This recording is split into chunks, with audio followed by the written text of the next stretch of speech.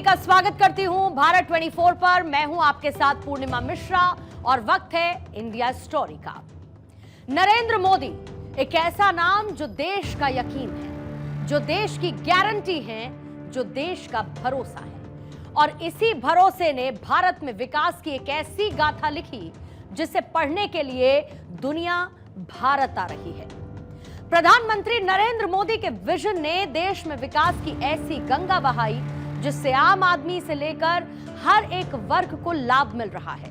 हर क्षेत्र में विकास की नई परिभाषा लिखने वाले प्रधानमंत्री मोदी को आज दुनिया विकास पुरुष कह रही है। सबका साथ, सबका विकास, सबका विश्वास के मंत्र पर काम करने केंद्र सरकार ने रोजगार के नए द्वार खोल दिए हैं, जिससे करोड़ों लोगों के सपने साकार हो रहे हैं। इंडिया स्टोरी में आज बात उज्जवल भारत के उज्जवल भविष्य और कैसे पीएम मोदी के नेतृत्व में नौकरियों की भरमार आई उसी का जिक्र करेंगे। कैसे बांग्लादेश में तख्ता पलट के बाद दुनिया की नामी कंपनियां भारत की तरफ देख रही हैं। साथ ही आपको यह भी बताएंगे कि कैसे 2014 के बाद बंदिशों, समस्याओं को दूर करते हुए एक खास स्ट्रैटेजी और विजन से मिशन रोजगार को आगे बढ़ाया गया है।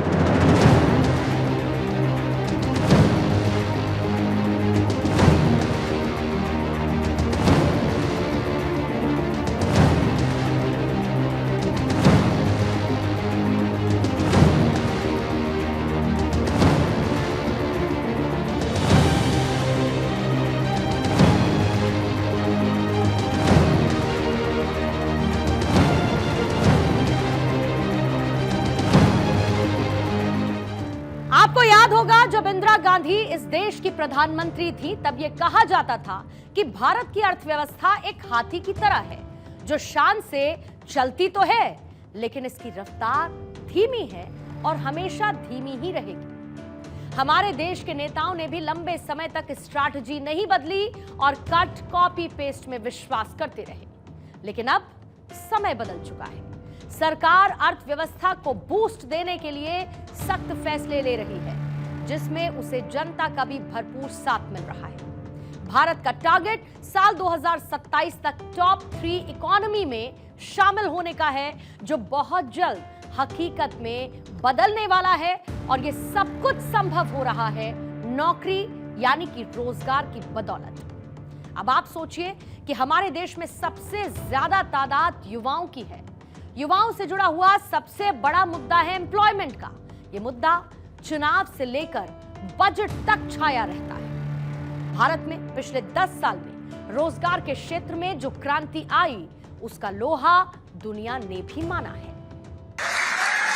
आज का भारत सबसे जुड़ना चाहता है। आज का भारत सबके विकास की बात करता है। आज का भारत सबके साथ है, सबके हित की सोचता है।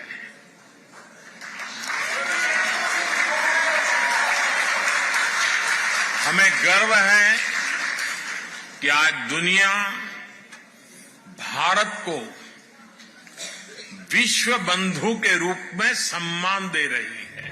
प्रधानमंत्री नरेंद्र मोदी के तीसरे कार्यकाल में रोजगार की बारिश होने वाली है और ऐसी बारिश जिससे देश के हर एक वर्ग का युवा सराबोर हो जाएगा। तीसरी बार यानी कि थर्ड टर्म में जैसे ही मोदी सरकार बनी तो बाहर की तमाम कंपनीज भारत में निवेश करना शुरू कर चुकी हैं और ऐसे में जाहिर है कि युवाओं के लिए रोजगार के अवसर खुलने लगे हैं।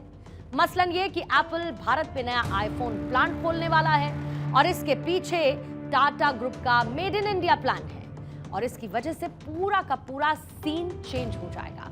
मतलब ये कि बम्पर नौकरियां मिलने लगेंगी। दरअसल बिजनेस स्टैंडर्ड की एक रिपोर्ट ये कहती है एप्पल इस साल के आखिर तक भारत में अपना चौथा आईफोन प्लांट खोलने वाला है।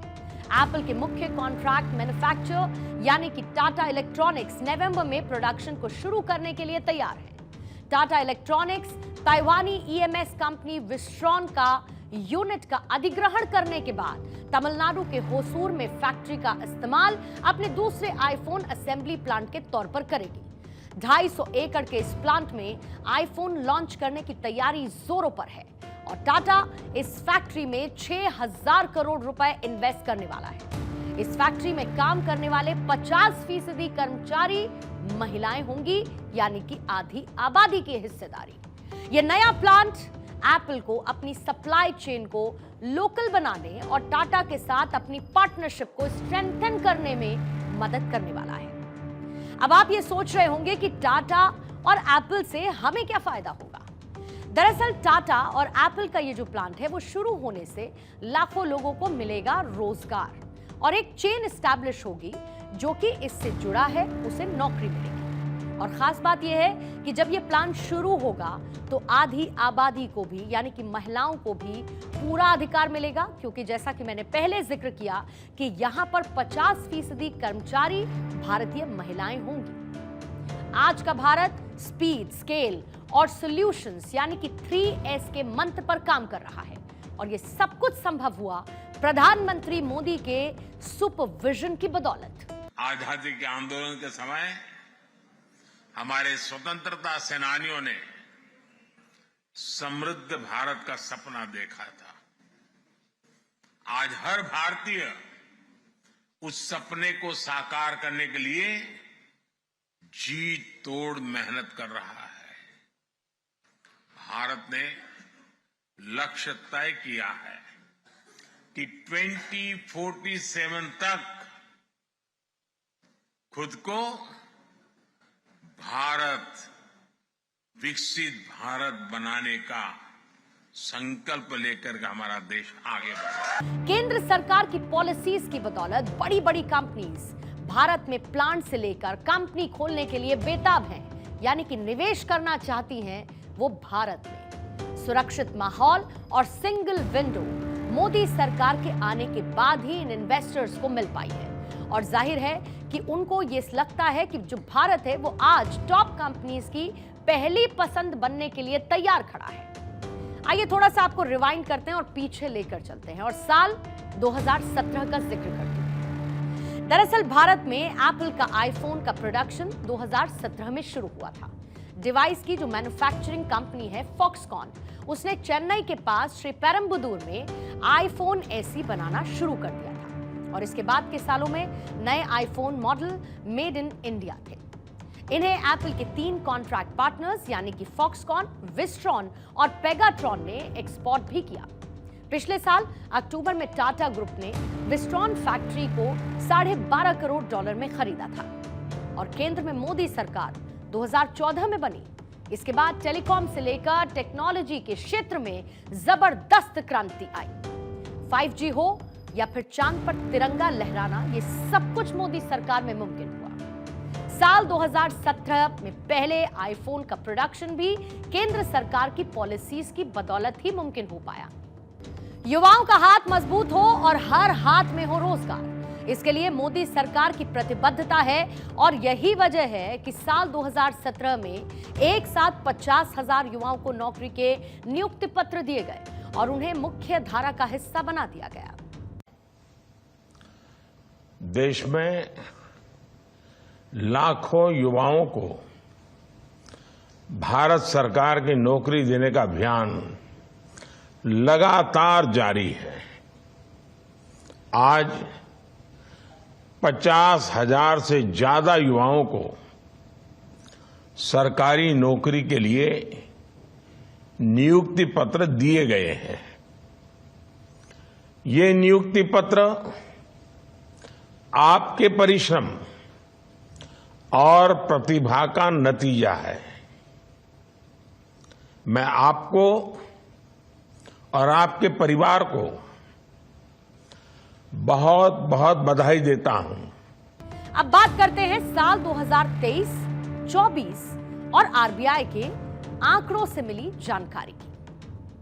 दरअसल भारत ने फाइनेंशियल ईयर 2023-24 के दौरान लगभग 4.7 करोड़ नौकरियां पैदा की। पिछले 5 सालों में अगर आप टोटल जॉब करने वालों की संख्या देखेंगे तो वो अब हो चुकी है 64 करोड़।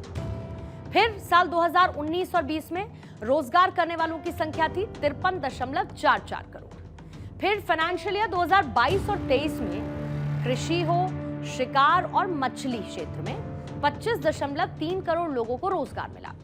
2023 के आखिर में जो अलग अलग 27 क्षेत्र थे, उसमें काम करने वाले लोगों की संख्या 59.67 करोड़ थी। यानी कि अगर आप इस हिसाब से समझेंगे तो भारत में बीते साल 4.7 करोड़ नौकरियां बढ़ी हैं। इन एम्प्लॉयमेंट का जनरेशन किया गया है। भारत में पिछले 10 साल में 250 मिलियन लोग गरीबी से बाहर निकले हैं।